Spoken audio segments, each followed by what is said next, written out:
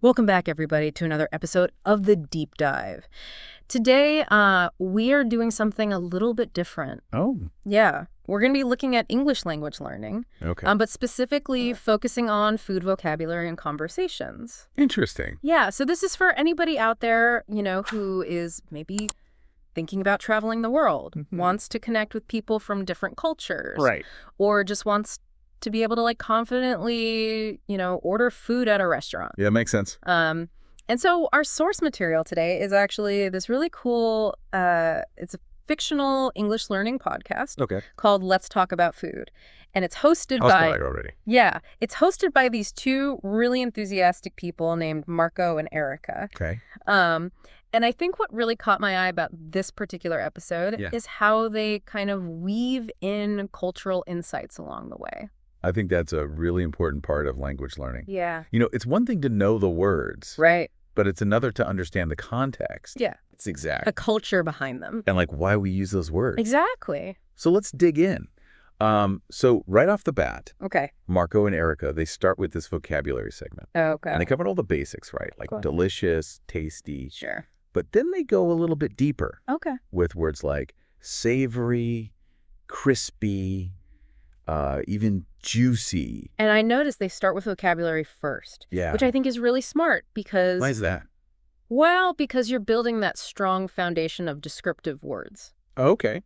So then later on, you can express yourself more easily, Gotcha. especially, when it comes to more complex grammar. It's like those are the building blocks you need Exactly. to make those delicious sentences. And Yeah. they don't just list the words, they Yeah. give you clear examples. Yeah, They really focus on the pronunciation. that's super important. So practical. Yeah. And then right away, I they think- take all those words, Yeah. they put them into action with this role play. Yep. Ooh, I like that. Yeah. So they do a role play conversation Okay. of ordering food at a restaurant. So you can hear it in context. Yeah. It's brilliant. Yeah. Because you're not just learning these words, in isolation. You're actually hearing them being used. In a natural way. Yeah, like you're eavesdropping on a real conversation. Exactly. And you can pick up on those little subtle nuances of spoken English. Totally. And they break down those key phrases as well. Okay. Like, I'm in the mood for, Yeah. or what do you recommend? Things that you can use right away. Stuff you can use immediately. Love it. So what really stood out to me, though, Okay. is how they sprinkle in elements of spaced repetition throughout.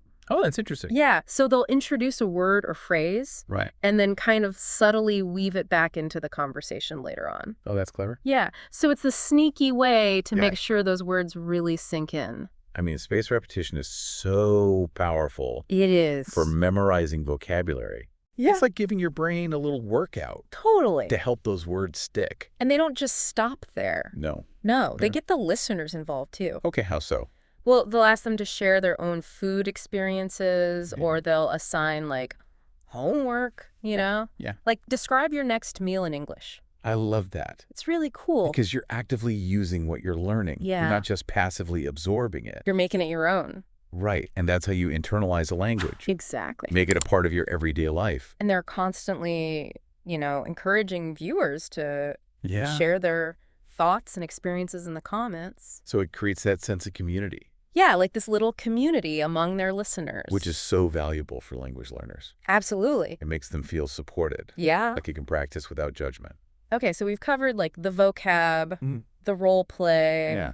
the space repetition, The interaction. the interactive elements. Wow. What's next? What's next on the menu for this language learning feast? Well, now we get to the good part, Oh, yeah. the cultural insights, Okay. which they kind of sprinkle throughout the episode. Okay. They'll bring up these fascinating Mm-hmm. differences in dining customs Yeah. around the world. Oh, like what? Well, for example, they mention how slurping noodles Right. can actually be considered polite. Oh, yeah, that's a big one. Yeah. It's so interesting. In some cultures. Yeah.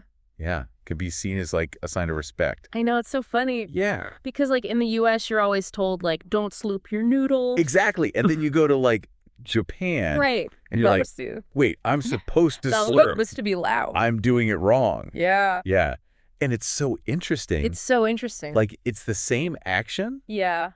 but it has a totally different meaning Mm-hmm. It all depends. depending on where you are. Yeah, and I think Yeah. that just highlights Uh-huh. how important cultural awareness is Absolutely. when you're learning a language. Yeah. It's not just about the words. Right. It's about, like, how to use them In different situations. in a way that's appropriate to that culture. It's about bridging those gaps It is. and appreciating the diversity Yeah. of human experience. Like that. And speaking of connecting, Marco and Erica, they do a really good job Okay. of making their podcasts like visually engaging too. Oh, interesting. Even though we're just listening to the audio. Right. They talk about incorporating like things like background music and visual aids. Oh, cool. And even like on-screen text.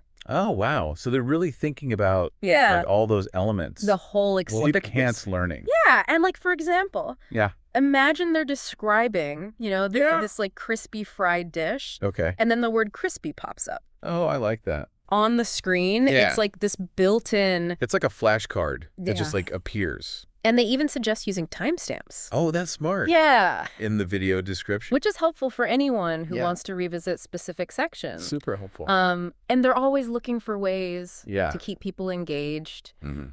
They sprinkle in questions, Yeah. encourage viewers to leave comments, Right. suggest related videos to watch. It's like this interactive learning environment It is. where it's not just one way. Yeah. It's like a conversation. So we've talked about like the content, Mm-hmm. the teaching methods, Yeah. even the production quality. Mhm. But like, let's zoom out for a sec Okay. and talk about like, why is food Okay. such an effective theme for language learning? That's a great question. Yeah. I think it boils down to Oh. relevance and engagement. Okay. Like when you're learning vocabulary Right. and grammar in the context of something Yeah. that you're actually interested in, Yeah. like food, Dude, yeah. the whole process becomes more meaningful. It's not just memorizing random facts. Exactly. It's like Yeah. you're connecting with something you enjoy Right. and then using language Yeah. as like a tool to explore that passion. I like that. Yeah. It taps into your motivation. Exactly. And the beauty is Yeah. you can apply this to any topic Oh, yeah. that you're passionate about. So like if you're struggling to learn a language, Mm-hmm. think about what gets you excited. What are your hobbies? What are your hobbies? What are you curious about? Yeah. And use that as fuel Use that. for your learning journey. I love that. And remember learning a language. Yeah. It's not just about acquiring skills. Right. It's about expanding your horizons, Yeah. connecting with new cultures.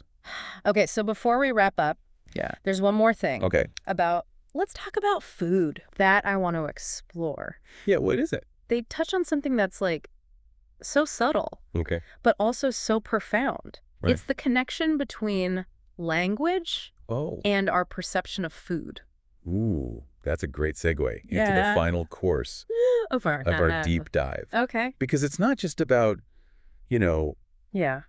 ordering a meal Right. or describing a flavor. Yeah. It's about understanding Yeah. how language Yeah. shapes our entire Culinary experience. Yeah, like they're saying that the words we use Yeah. can actually change how we taste things. Right. It's a fascinating idea. Yeah, is that really possible? Well, think about it this way. Okay. When you have more words to describe flavors, Okay. you become more aware of those nuances. Okay. Like imagine trying to explain dark chocolate Right. to someone who only knows the word sweet.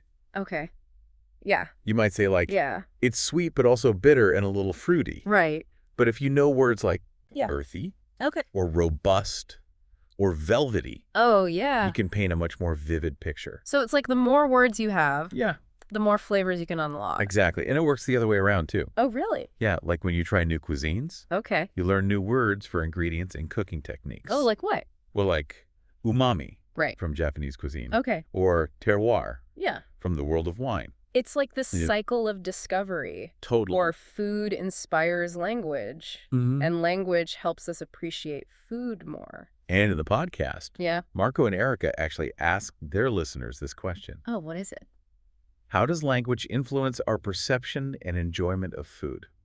Ooh, It's a really good question. it is. That makes you think. Yeah, it reminds me of that saying, Oh, yeah? we don't live in the world, we live in our language. Oh, I like that. So the words we know Yeah. really do shape our experiences. It's totally even something as basic as taste. And if we zoom out even further, Yeah. it suggests that learning a language Yeah. is about way more than just communication. It is. It's about like expanding our worldview. Right, like opening ourselves up Yeah. to new ways of thinking and feeling. So for anyone listening who's thinking about learning a new language, Yeah. I think the message is clear. What is it? Find something you're passionate about Yeah. and use that as your starting point. Food, music, Yeah. whatever it is. Make it fun. Make it fun and relevant. Well, this has been really interesting. It has. Thanks for joining us on this deep dive Yeah.